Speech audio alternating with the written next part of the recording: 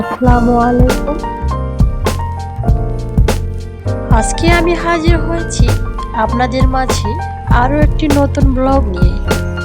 আশা করি শুরু থেকে শেষ পর্যন্ত আমার ভিডিওটি কন্টিনিউ করবেন। কাছে এবং দূরে, দেশ এবং দেশের বাইরে থেকে যে যেখান থেকে আমার ভিডিওটি দেখছেন, আশা করছি আল্লাহর অশেষ রহমতে সবাই ভালো আছেন, সুস্থ আছেন। আলহামদুলিল্লাহ, আমরাও ভালো আছি, সুস্থ আছি। সকালবেলা ঘুম থেকে উঠলে মনে হয় যে কি রান্না করব। আসলে এটা একটা বাড়তি টেনশন, সেটা সবার মাঝেই হয়ে থাকে। তাই আমি সকাল সকাল আজকে আপনাদের মাঝে হাজির হয়েছি গরু মাংসের রেসিপি নিয়ে। শুরু থেকেই এই রেসিপিটি দিয়েই শুরু করতে চাচ্ছি।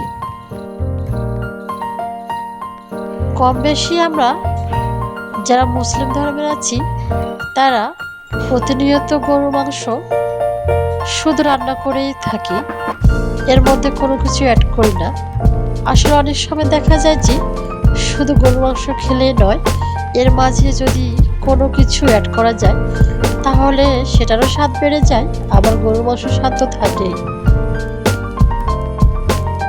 তাই আজকে আমি গরুর মাংস রান্না করব দেশি আলু, সেটা হচ্ছে বড় আলু দিয়ে, যা আসলে যেন গলে না যায় সে কারণে আমি এখানে বড় বড় আলু কেটে ক্লিন করে নিয়েছি। আর ওদিকে আমি গরুর মাংসটা মাখিয়ে নিয়ে কয়েক মিনিটের জন্য রেখে দিয়েছিলাম। তো দেখতেই তো পাচ্ছেন সব কিছু আপনাদের মাঝে শেয়ার করতেছি। যেহেতু আমার 10-15 মিনিট হয়ে গেছে, এখন আমি এখানে পানি অ্যাড করে চুলায় বসিয়ে দিয়েছি, যাতে করে মাংসের মধ্যে সব কিছু সমান পরিমাণে মিক্সড হয়ে যায়, এতে করে যেন মাংসের স্বাদটা অনেকটাই বেড়ে যায়। আমরা যারা গ্রামে থাকি বা গ্রামে থেকে বড় হয়েছি তারা হয়তো এই রেসিপিটার সাথে অনেকটাই পরিচিত। ছোটবেলায় মা যখন গরুর মাংস রান্না করত, ঠিক মাঝে মাঝে এভাবেই বড় আলু দিয়ে মাংসটা রান্না করেই থাকে।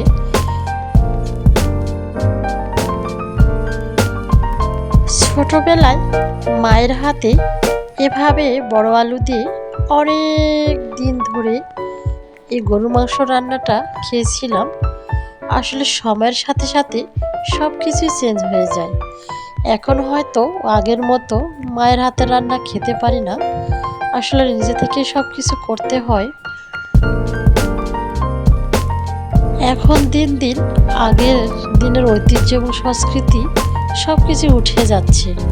আসলে বাস্তবতার সময়ের প্রেক্ষিতে সব কিছুই যেন পাল্টে যায়।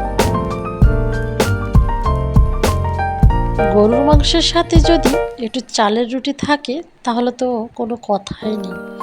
চালের রুটির সাথে গরুর মাংসের ঝোল এতটাই মজা যা আসলে বলে বোঝানো যাবে না। মাঝে এমন সময় দেখা যায় যে রান্নাঘরে থাকতে থাকতে অনেক সময় লেট হয়ে যায়, তখন হয়তো খাওয়ার জন্য আলাদা কোনো সময় বের করতে পারি না। আর সে কারণে আমি রান্নাঘরে একটু হালকা পাতলা নিজের জন্য খেয়ে থাকি। পরে হয়তো খুব একটা পারি না, তারপর দেখা যায় যে রান্নাঘরে চেষ্টা করে থাকি হালকা পাতলা কিছু খাওয়ার জন্য। আসলে মহিলাদের বলতে যারা গৃহিণী আছে তারা সুন্দরভাবে পরিবেশন করে সবসময় আসলে খেতে পারে না। সব কিছু মেনটেন করতে গেলে দেখা যায় যে নিজের কথা সব কিছু ভুলে যায়। সবসময় মাথায় একটা টেনশন থাকে যে আসলে স্বামী, সংসার, সন্তান এদেরকে খুশি রাখতে পারলে আমাদের নিজের সবাই খুশি।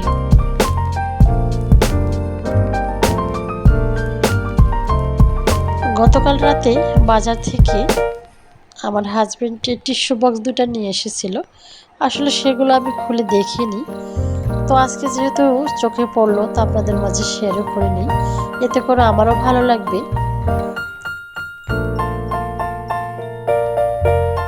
টিস্যু তো প্রতিদিনেরই মধ্যে একটি কাজের রেসিপির মধ্যে পড়ে। আসলে টিস্যু থাকলে যে কোনো জিনিস অনায়াসে ক্লিন করা যায়, এতে করে ধুলাবালি সব কিছুই সহজে ক্লিন হয়ে যায়।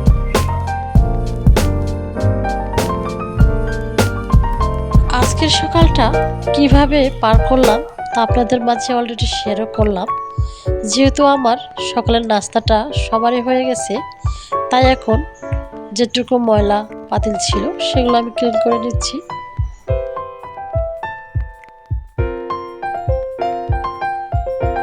শুধু খাওয়া দাওয়া শেষ করলেই নয়, এর পরবর্তীতেও অনেক কাজ পড়ে থাকে, যেগুলো আসলে করতে করতে বেলা যে কখন কোথায় গড়ে চলে যায় আসলে বোঝা যায় না। মেয়েরা তো ঘরের মধ্যে থাকে, তারা বুঝতে পারে না তাদের কাজ করতে করতে সময়টা কত দূর চলে যায়। তো আপুরা, আজকের ভিডিওটি খুব একটা বেশি লং করব না। তা আপনাদের কাছে আরও একটু রিকোয়েস্ট, যারা যারা আমার চ্যানেলটি এখনও সাবস্ক্রাইব করেনি প্লিজ সাবস্ক্রাইব করে পাশে থাকবেন এবং একটা লাইক দিতে ভুলবেন না।